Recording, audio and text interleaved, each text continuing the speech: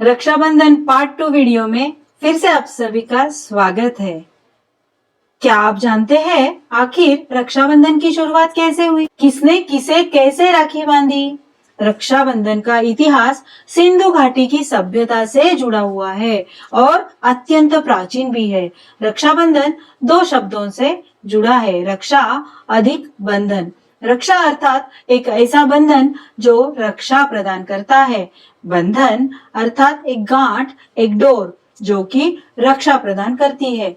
प्राचीन भारतीय इतिहास, पुराण, शास्त्र आदि में रक्षाबंधन की अनेक कथाएं मिलती है। एक एक करके कुछ कथाएं संक्षेप में आज हम इस वीडियो के माध्यम से जानेंगे। सबसे पुरानी कथा सन 300 बीसी में भारत में जब सम्राट पुरु का शासन चल रहा था तब की है। अलेक्जेंडर अपनी पूरी सेना के साथ भारत पर शासन करने की कामना लेकर आया। अलेक्जेंडर आज तक कभी कोई युद्ध नहीं हारा था, परंतु सम्राट पुरु से लड़ने में अलेक्जेंडर को काफी दिक्कत का सामना करना पड़ रहा था। ऐसे समय अलेक्जेंडर हारने ही वाला था कि उसकी पत्नी ने सम्राट पुरु के लिए राखी भेज दी। उपहार में उन्होंने अपने पति अलेक्जेंडर को जान से न मारने का वचन लिया। पुरु ने राखी का मान रखा और अलेक्जेंडर को छोड़ दिया। इतना सामर्थ्य था एक राखी में। वह दिन था श्रावण मास की पूर्णिमा का। इतिहास में और भी अनेक कहानियां आती है।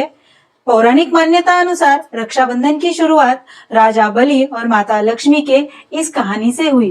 भगवान श्री हरि विष्णु अपने वामन अवतार के बाद बलि को वरदान दे बैठे कि वह पाताल में ही निवास करेंगे। इस बात से माता लक्ष्मी बड़ी चिंतित हो गई और उन्होंने नारद जी से सलाह लेकर राजा बलि को राखी बांधने का निश्चय किया। उन्होंने बलि को राखी बांध अपना भाई बनाया और उपहार स्वरूप अपने पति को अपने साथ वैकुंठ ले गई। जिस दिन उन्होंने राखी बांधी थी वह श्रावण मास की पूर्णिमा तिथि थी। मान्यता यह है कि तभी से रक्षाबंधन का त्योहार प्रचलन में आया है।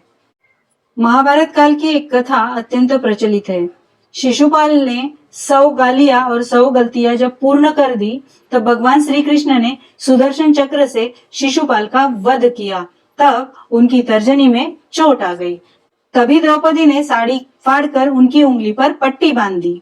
वह दिन भी श्रावण मास की पूर्णिमा का था। श्री कृष्ण ने उपहार स्वरूप द्रौपदी को हर संकट से बचाने का वचन दिया और श्री कृष्ण ने वह निभाया भी। यह हम जानते हैं कि कुरु सभा में द्रौपदी की लाज उन्होंने किस प्रकार बचाई। कहते हैं कि परस्पर एक दूसरे की रक्षा और सहयोग की भावना से रक्षाबंधन पर्व यहीं से आरंभ हुआ था। और एक पौराणिक मान्यता अनुसार एक बार देवता और असुरों के बीच घमासान युद्ध हुआ। तब इस युद्ध में असुर देवताओं पर काफी हावी हो गए थे। उस वजह से इंद्र की पत्नी शची को इंद्र और अन्य देवताओं की चिंता सताने लगी। फिर उन्होंने मौली के धागे से शक्तिशाली रक्षा सूत्र बनवाया और इंद्र की कलाई पर बांधा। लड़ाई में देवताओं की जीत हो गई।